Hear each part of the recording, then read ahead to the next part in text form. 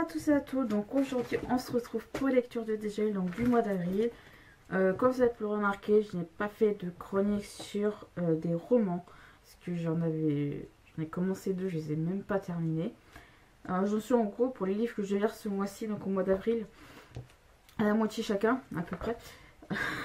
Il y en a, je crois que j'en suis à la moitié, là je vais être au tiers, hein, quasiment un truc comme ça. Au tiers. Donc j'ai chroniqué en fait qu'un manga ce mois-ci. Pour moi, au moins je les ai pas laissés à l'abandon. J'ai quand même fait une chronique écrite. Vidéo, j'en ai pas fait depuis mars. Parce que la dernière chronique vidéo que j'ai faite c'était sur Renaissance, Assassin's Creed Renaissance. Donc voilà, donc j'ai commencé maintenant. J'essaie de rattraper mon retard parce que voilà, j'ai ma pile à lire qui a monté.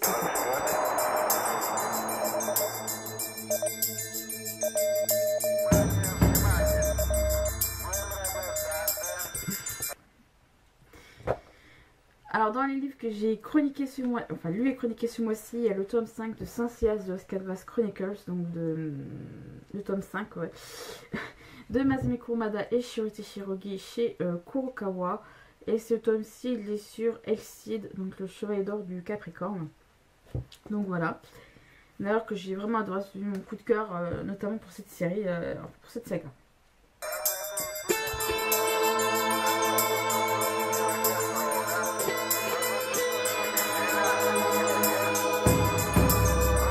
Dans les livres lus et non chroniqués ce mois-ci, il n'y en a qu'un. C'est donc, je crois bien que c'est ce mois-ci que je l'ai lu, donc c'est Pokémon, donc noir et blanc, donc le volume 5.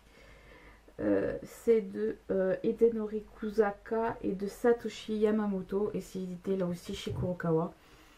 Je ne vous ferai pas de chronique écrite pour chaque tome de Pokémon noir et blanc, mais je vous ferai sans doute une vidéo ou même un article dans la catégorie les histoires de Desmond Miles. Donc voilà.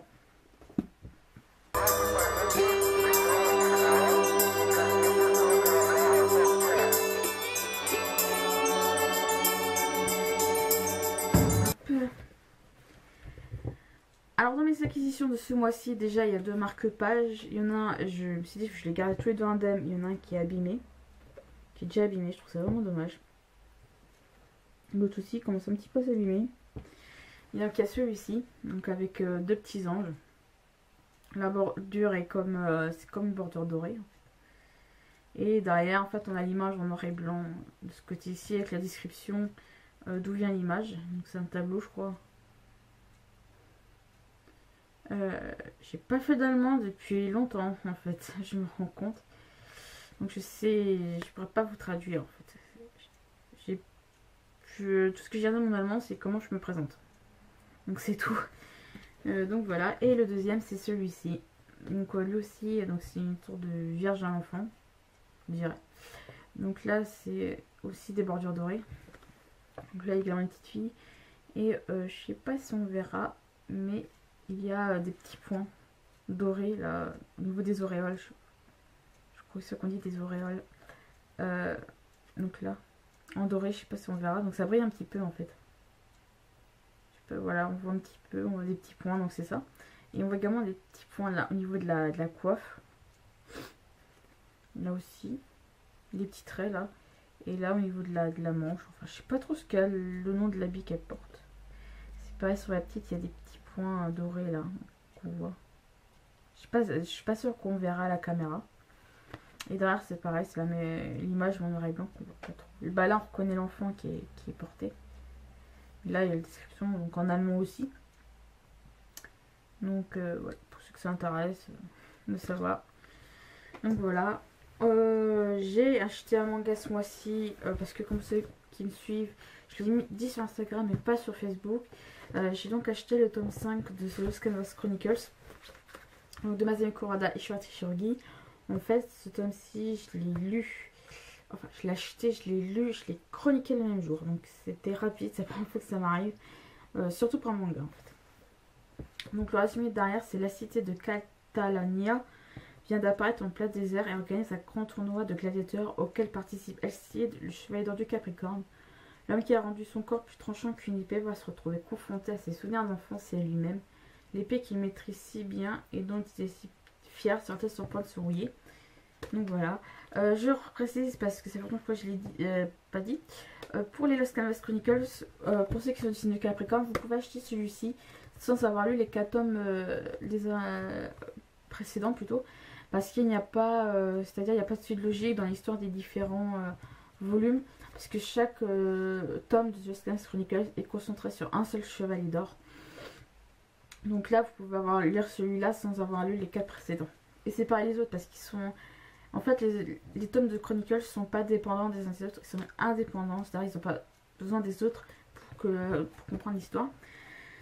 Alors j'ai participé également là pour ce tome-ci, enfin ce livre-ci, à un concours chez Fleuve Édition, on ne sera pas chez Facebook de Fleuve Édition. Je l'ai gagné, je m'attendais un peu, parce que je disais il faut vraiment que je le gagne, parce qu'en plus c'est sur un sujet que j'adore. Donc j'ai gagné donc Guenièvre, donc la Dame Blanche de Jean-Louis Fedjen, donc chez Fleuve Noir. Qu'est-ce que je veux dire? Je sais pas si on prononce Guenièvre parce que c'est marqué Guinevere. Guinevere, voilà. Donc là, mais donc voilà, vu que c'est lié à la femme du roi Arthur, donc je pense qu'on dit Guenièvre, mais je sais pas si on prononce comme ça. Donc le résumé, c'est lorsque Arthur épouse Guenièvre de Carmelide, le royaume de Camelot semble retrouver un peu de l'éclat ancien du temps de l'alliance entre les elfes et les hommes.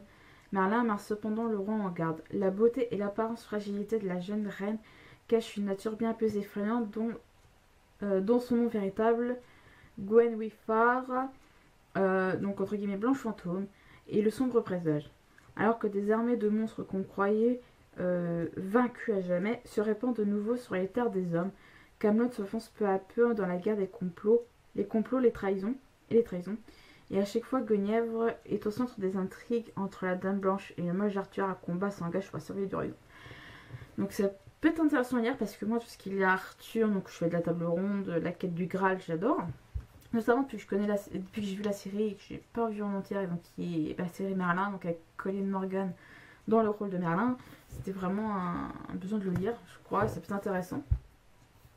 J'ai déjà lu un roman de Jean-Louis Fedjen, qui est le premier tome des Chroniques des Elfes. Le premier tome qui est Liane, donc 2Liane, donc je sais pas comment on prononce. Donc voilà. Ça peut être intéressant à lire, ça peut être une petite lecture des temps pendant cet été. Même là, comme aujourd'hui, vu qu'il fait beau, ça peut être intéressant à lire pendant qu'il fait beau sur la transat en plein soleil, ça peut être vraiment intéressant. Parce que c'est l'air d'être une lecture légère, mais à la fois assez intéressante à lire. Alors pour le dernier livre des acquisitions de ce mois, mon père doit acheter en fait, comme vous savez, un livre à France Loisirs, sauf que voilà, il savait pas quoi lire. Enfin, il savait pas quoi prendre. Il dit viens, je t'en prends en plus si jamais je trouve pas ce que je veux. Et c'est un livre à la base qui n'était pas du tout sur ma wishlist. Donc j'ai dit bah le résumé va intriguer. Je me suis dit bah m'a dit prends-le au moins, moi je trouve pas ce que je veux. J'ai donc pris le Secret des Rois de Steve Berry, pardon. Pas comment on prononce. Donc c'est édité chez France Loisirs. Et pour ceux qui s'intéressent, il est édité chez l'édition Cherche Midi, je crois. Les éditions du Cherche Midi, voilà. Donc voilà, c'est une couverture qui est assez sobre, assez simple. Et le résumé donne tout envie si vous voulez. Alors, palais de Whitehall, 1547. Après un règne marqué par 6 mariages, un schisme religieux et la confiscation des biens de l'église catholique, Henri VIII, deuxième monarque de la maison des Tudors, est sur son lit de mort. Quelques heures avant d'expirer, il confie à sa dernière femme un estimable secret.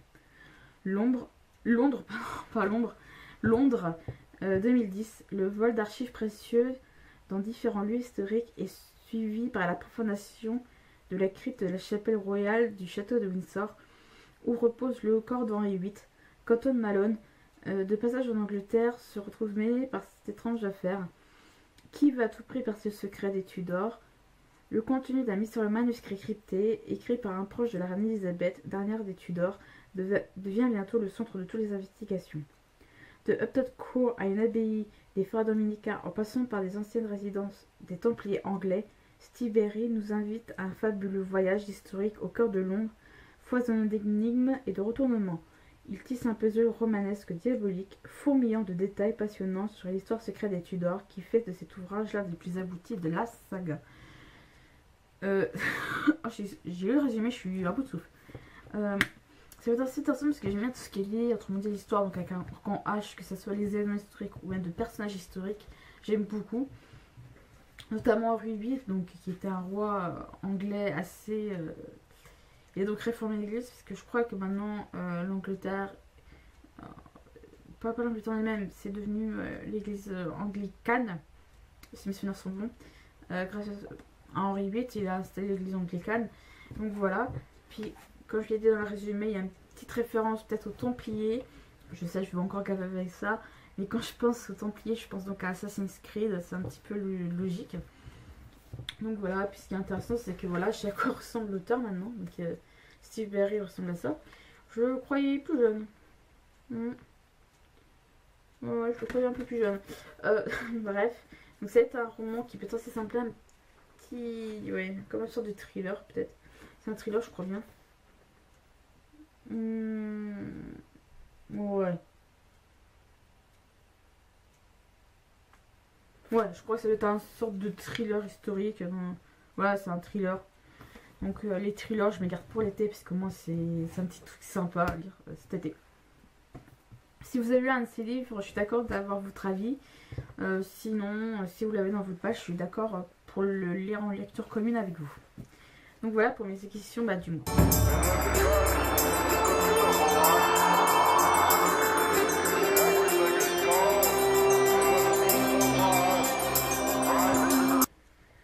Alors là, je vais faire un peu vite parce que je vois que ça fait quasiment plus d'un quart d'heure que je blablate, entre guillemets. Donc là, je vais lire les livres que je vais lire pendant ce mois de mai. Donc, bon, je vais pas tout lire, hein, je le sais, je le sens, j'ai bon. Donc, le livre que je vais terminer, ça m'arrangerait un peu. Donc, je vais essayer de terminer de lire donc, Assassin's Creed Black Flag d'Oliver Brandon chez Milady. Donc, qui est valable aussi sur numérique. Pour ceux qui s'intéressent. Il y a une différence entre les deux. Comme vous pouvez voir, j'en suis à là, la moitié. Donc voilà. Je suis au chapitre 33. Pour être exact, à la deuxième partie, si mes souvenirs sont bons. Donc ça peut être facilement bien. Là, je vois à peu près où j'en suis dans l'histoire globale d'Assassin's Creed 4. Donc ouais. Livre aussi que je vais terminer de lire si je vais enchaîner par la suite, c'est La Malédiction des Anges donc de Daniel Trussoni chez Fleuve Noir. Maintenant qui est de Fleuve Noir qui est devenu Fleuve Édition. Donc vous pouvez voir là j'en suis, ouais, c'est ça que je vous disais tout à l'heure que j'étais où je suis arrivée au tiers. Ça a l'air d'être pas mal, je vais être à 30%, donc 33% je crois, donc c'est pour ça que je suis au tiers. C'est pas mal, je suis à fond dedans, il a l'air plutôt sympa. En fait, je voulais terminer Black Flag, mais je lui ai dit non, Black Flag je me garde après avoir eu La Malédiction des Anges. Comme vous voir c'est pas le cas. Quand j'aurai fini La Malédiction des Anges, je lirai, et si j'arrive à lire un roman ce mois-ci, je lirai donc Angelopolis, donc de Daniel Trussoni chez Fleuve Édition. Donc là c'est les épreuves non corrigées, mais le livre est sorti, il est sorti le 10 avril, donc pour que ceux qui s'intéressent, donc voilà.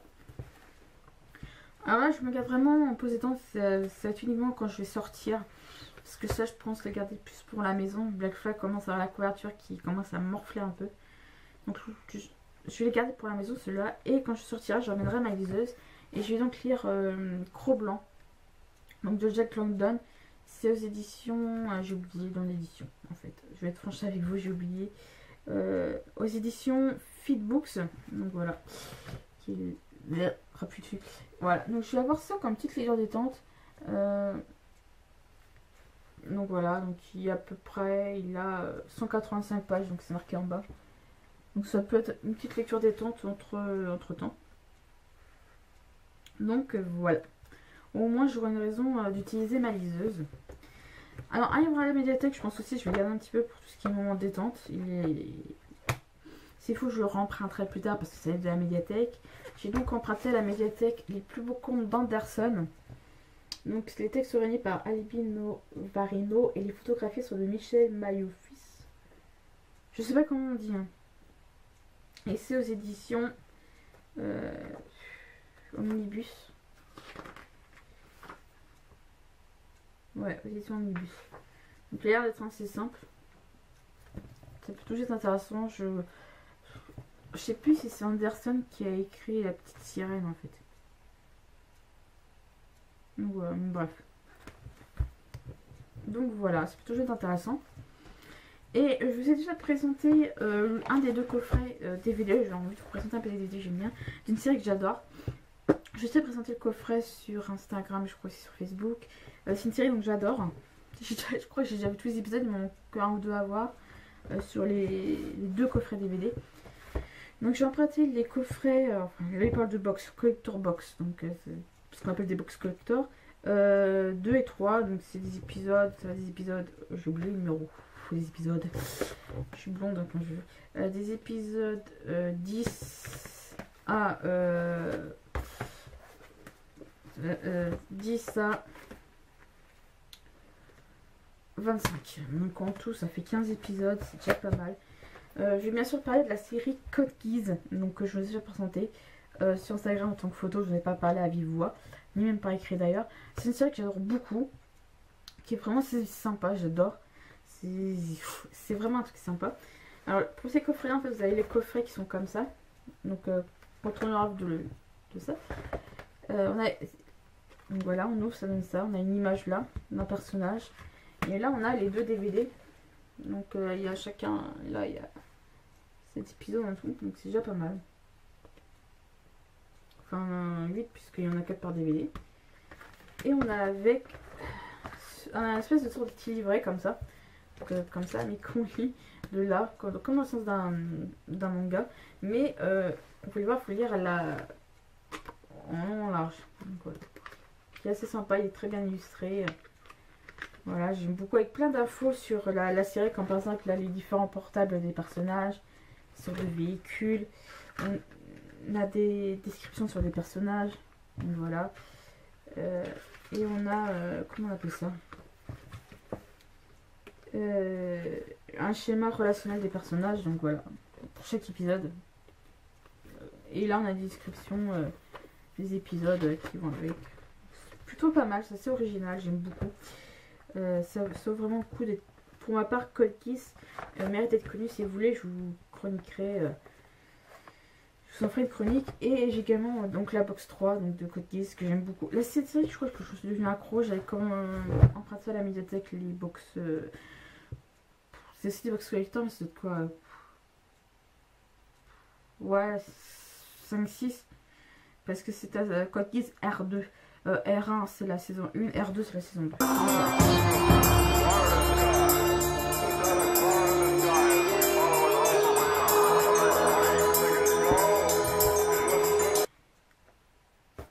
Donc ces tours de dégel sont terminés, j'espère qu'ils vous auront plu. Je me rends compte que ça fait un épisode vachement long, mais plus long que prévu parce que je vous ai un petit peu parlé de Code Geass. Justement en parlant de Code Geass, si vous voulez que je vous en parle, que je vous en fasse un article écrit sur la série en elle-même, la série animée, je ne parle pas de la série manga. N'hésitez pas à me le dire, ça peut toujours être intéressant. Donc voilà, j'espère que ça vous aura plu. Si vous avez des questions, n'hésitez pas à me le dire en commentaire. Je serai toujours d'accord pour vous répondre sur un des livres en question. Si vous avez d'autres questions sur qui sont liées au blog, à la chaîne YouTube ou autre, c'est les FAQ, vidéos FAQ qu'il faut aller voir. Donc je dis donc au revoir et bonne lecture à vous. You have finally carved your message on the rock, and the shadows have turned into light. Your word gave purpose to the earth, and the compass and the T-square have become one. So I say unto you, go, tell your brothers and sisters that the day of the magic awakening has finally